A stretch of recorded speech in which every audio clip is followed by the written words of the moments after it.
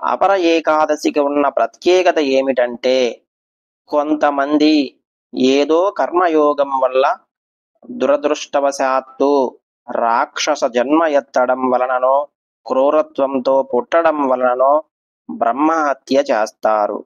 మరికొంతమంది భ్రూణహత్య చేస్తారు.